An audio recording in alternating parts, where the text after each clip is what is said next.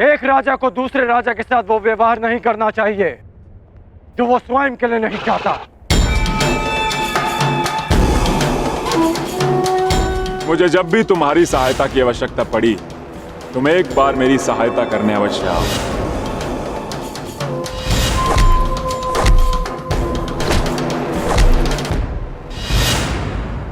क्या कहकर पुकारूं तुम्हें? अंगराज कर्ण या छलिया कर्ण? वचन भंग कर्ण या फिर मित्रता करके मित्रद्रोह करने वाला कर्ण?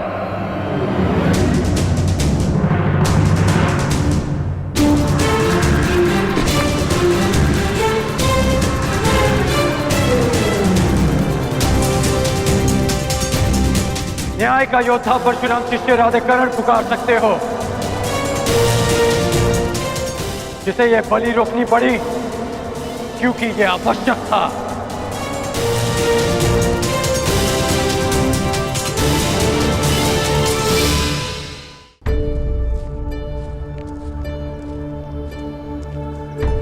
क्या आवश्यक है वासुदेव?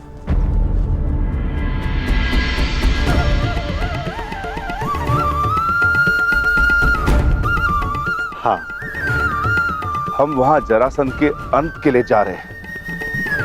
अपनी सुरक्षा के लिए वेश बदल कर जाना, क्या यह कायरता नहीं? नहीं भीम, हमने ये वेश उन सैनिकों के प्राणों की रक्षा के लिए धारण किया है जो हमें पहचान कर हम पर आक्रमण करेंगे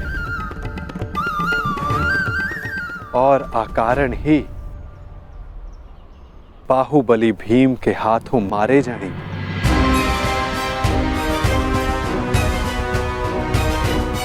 अब प्रस्थान करें। मुझे अभी भी प्रतीत होता है कि जो हम करने जा रहे हैं वो योद्धाओं की मर्यादा नहीं।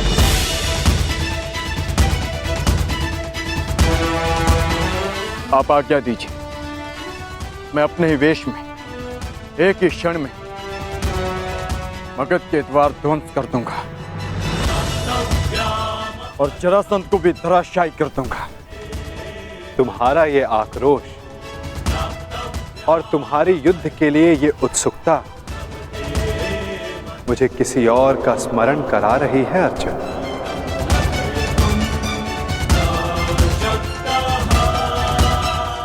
इसका माधव है एक तुम जैसा, परंतु तुमसे पूर्णता भिन्न। जीवन के कर्म में भी और कर्म के परिणाम में भी।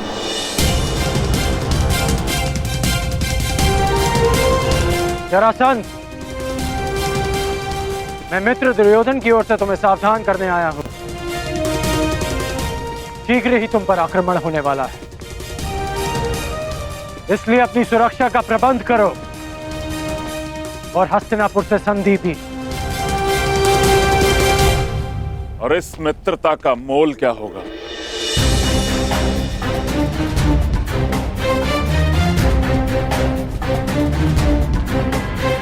बस इन 100 राजाओं को मुक्त करना होगा।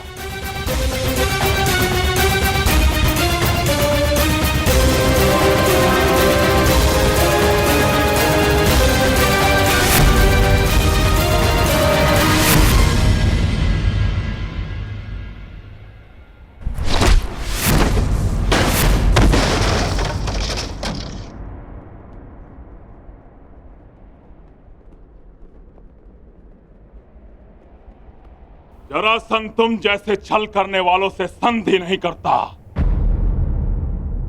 उनका अंग विच्छेद करता है।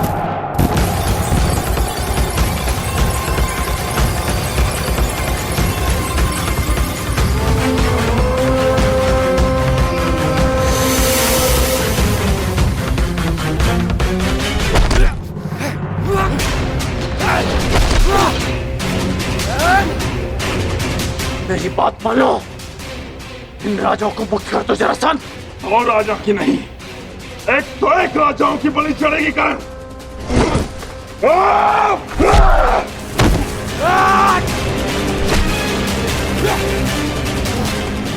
अपने क्रोध पर नियंत्रण रखो जरासंध। तुम्हें देखते ही क्रोध ने मुझ पर नियंत्रण कर लिया करण।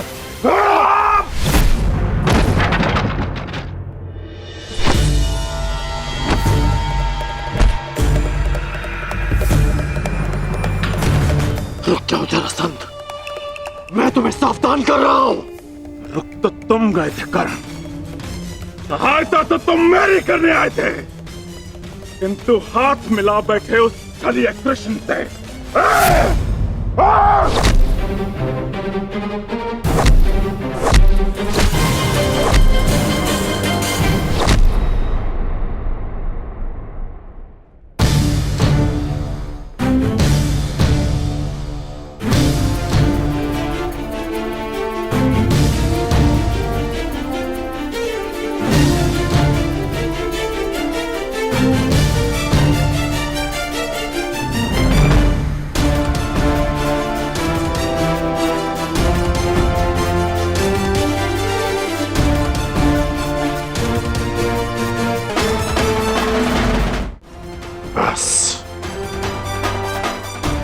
मैं यहां युद्ध करने नहीं आया।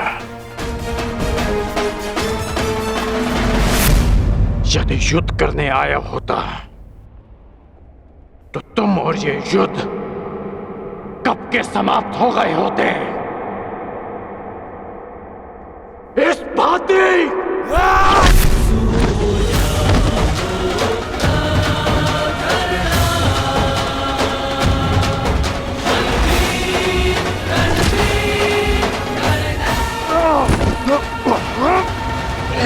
मैंने ना वचन भंग किया और ना छल किया।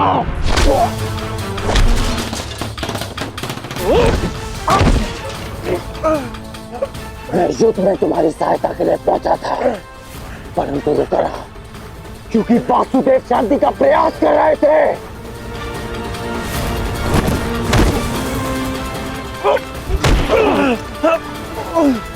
तुमने एक निर्दोष की हत्या की, इसलिए मैंने युद्ध में सम्मिलित न होने का निर्णय लिया।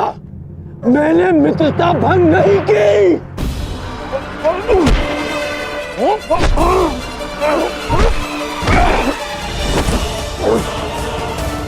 मेरे शत्रु के साथ खड़े रहने वाला मेरा मित्र नहीं।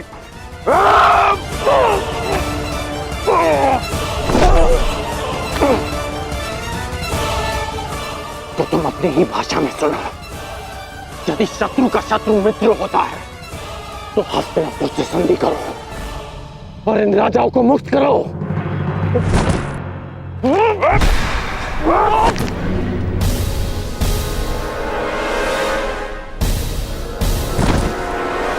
हाँ, तुम वासुदेव के विरुद्ध हो। नहीं, मैं वासुदेव के विरुद्ध नहीं, परंतु अपने मित्र दुर्योधन के साथ हूं, जो वासुदेव के विरुद्ध हैं। अब मेरी बात ध्यान से सुनो। तुम पे शीघ्र ही आक्रमण होने वाला है, इसलिए हस्तिनापुर से संधि करके दुर्योधन से मित्रता स्वीकार करो। कृष्ण का विरोध करने वाले के लिए 100 राजा क्या, मैं सहस्त्र राजाओं को छोड़ सकता हूं। मुझे तुम्हारी संधि स्वीकार है। अब ये सभी राजा मुक्त हैं।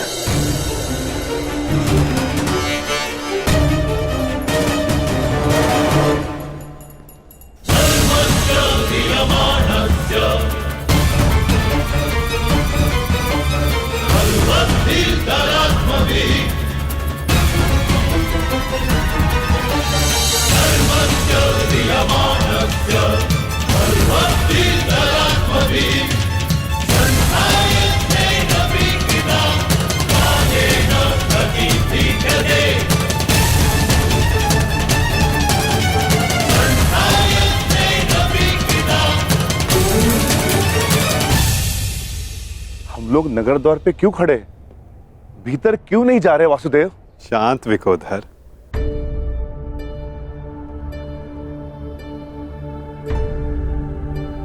अंदर जाने से पूर्व तनिक मगध नरेश के लिए कुछ भेंट तो ले ले। आओ, उनके लिए चलकर पुष्प ले ले। चलो।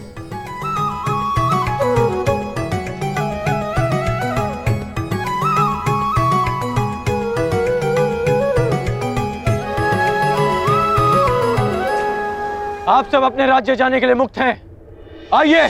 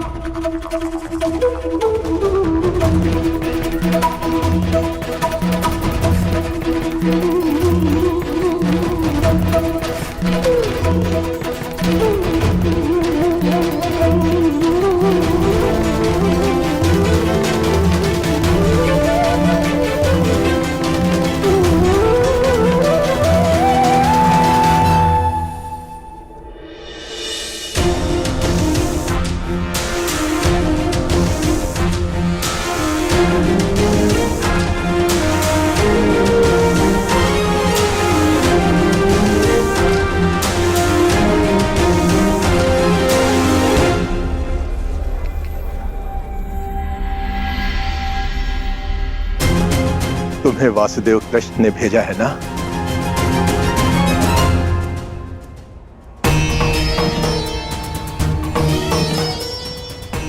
नहीं भद्र। यदि मैं मुक्त हो गया हूं तो अवश्य ही तुम्हें कृष्ण ने भेजा है, और जो तुम्हें कृष्ण ने नहीं भेजा अर्थात मैं मुक्त नहीं हुआ। अपना परिचय दीजिए भद्र। मैं विश्वकर्मा हूं, देवताओं का प्रधान वास्तुकार। जरासंध ने मुझे भी यहां बंदी बनाकर रखा था। कल रात्रि श्री कृष्ण ने मुझे सपने में दर्शन दिए। उन्होंने कहा कि वो मुझे स्वयं मुक्त कराने आएंगे, किंतु आश्चर्य वो नहीं आए।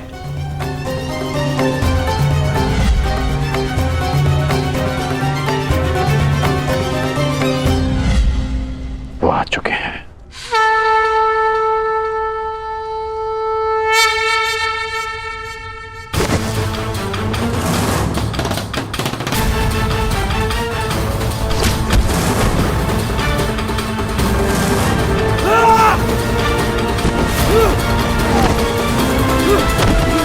सबके सब मल थक गए। यहां कोई भी नहीं जो जरासंध से मल युद्ध कर सके।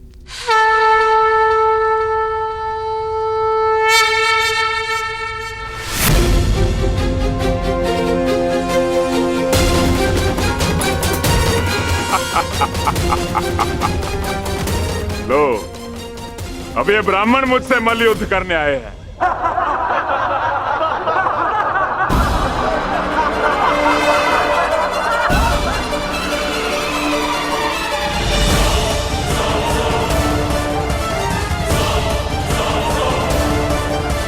हम तो पूजा स्थल के लिए निकले थे मगध नरेश, परंतु भूलवश हम यहाँ आ गए। अच्छा हुआ भूलवश इस घेरे में नहीं चले आए, अन्यथा मुझसे मल्ल युद्ध करना होता।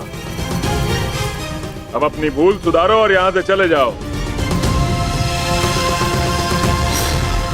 यह स्थल केवल और केवल योद्धाओं के लिए, निर्बल ब्राह्मणों के लिए नहीं। जी राजन, जैसी आपकी इच्छा।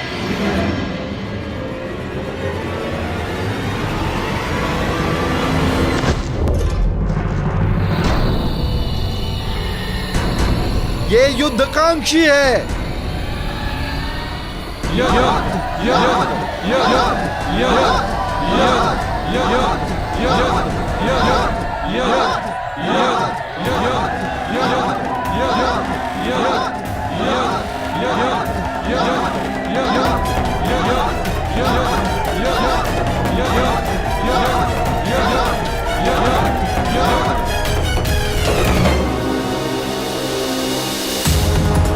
लगता है आपने सुना नहीं ब्राह्मण देव। अब कृपया इस घेरे से बाहर चले जाइए, अन्यथा मुझे एक ब्राह्मण हत्या का पाप लगेगा।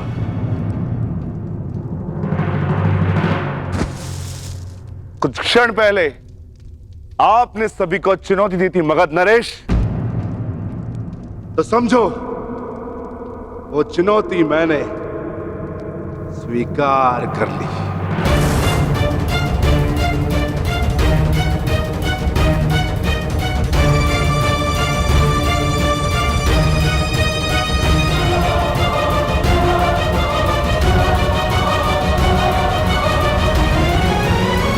अद्भुत आत्मविश्वास है आप में ब्राह्मण देव, किंतु आज आपके साथ साथ आपका ये आत्मविश्वास भी टूट जाएगा। वैसे मल्लयुद्ध के नियम तो जानते हो ना ब्राह्मण देव? हाँ, जब तक एक योद्धा पराजय स्वीकार ना कर ले, युद्ध होता रहेगा।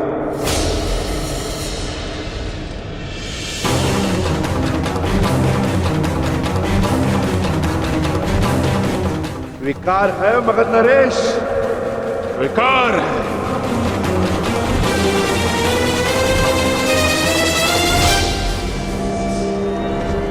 नहीं जरासंध,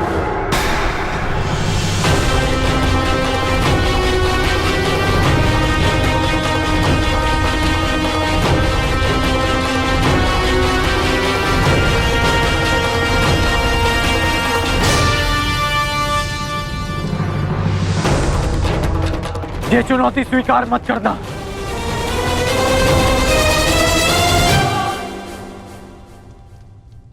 क्योंकि यह ब्राह्मण नहीं है।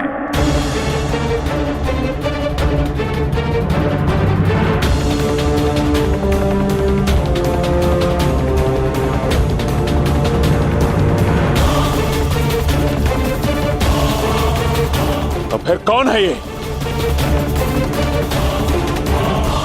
एक योद्धा को युद्ध से पूर्व अपने प्रतिद्वंदी का सत्य परिचय मिले, यही युद्ध नियम है। जिसने तुम्हें चुनौती दी वो वृकोदर भीम है।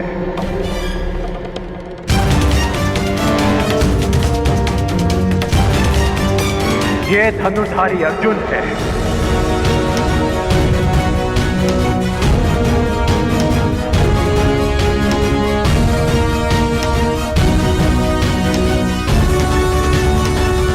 और भीम के पीछे जो खड़े हैं वो वासुदेव कृष्ण है।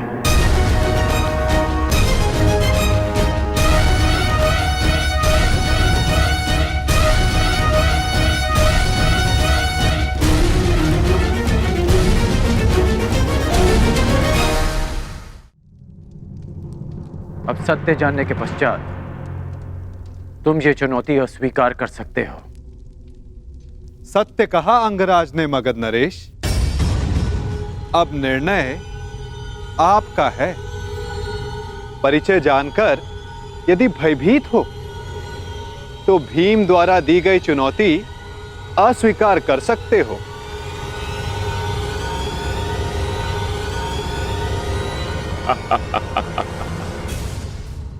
मैं तुम्हारी भांति रणछोड़ नहीं हूं वासुदेव। युद्ध की चुनौती मैं किसी भी परिस्थिति में, किसी भी वेश में कभी टाल नहीं सकता।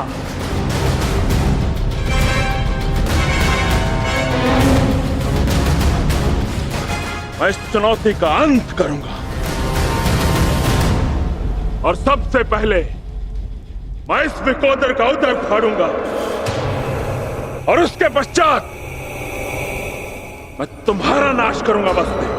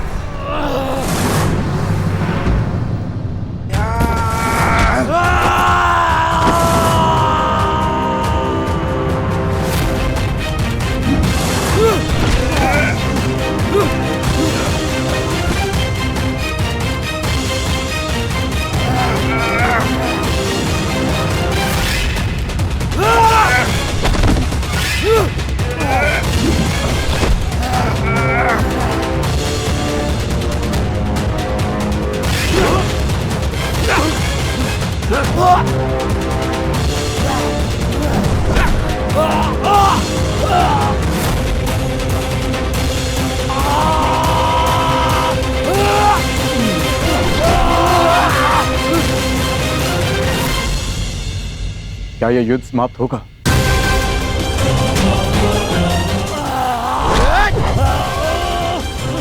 जिसका प्रारंभ हुआ है उसका अंत भी निश्चित होता है पार्थ।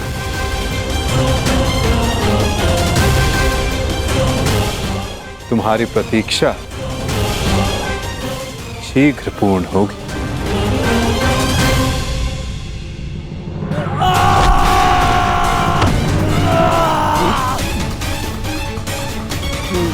उठो जरासंध, युद्ध करो, उठो।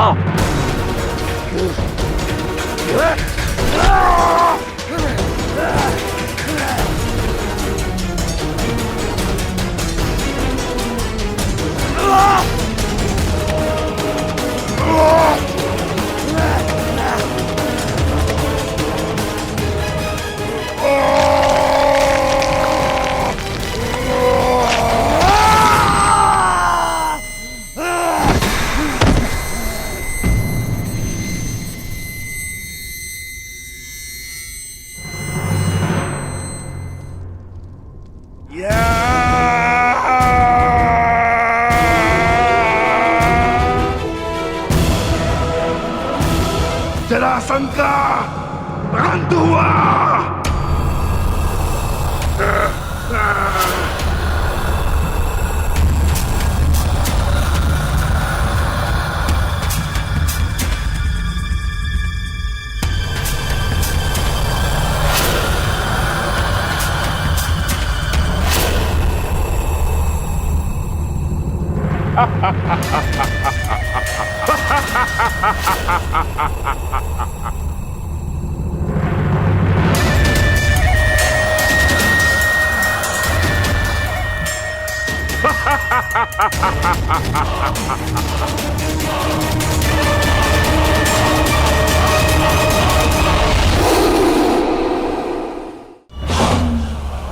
मुझे चुनौती देने से पूर्व मेरे जन्म की कथा तो जान लेते।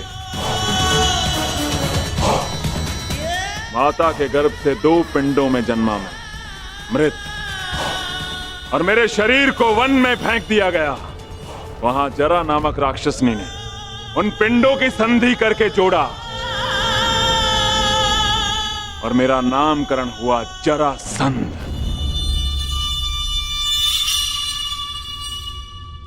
ये संधि नहीं टूट सकती भीम।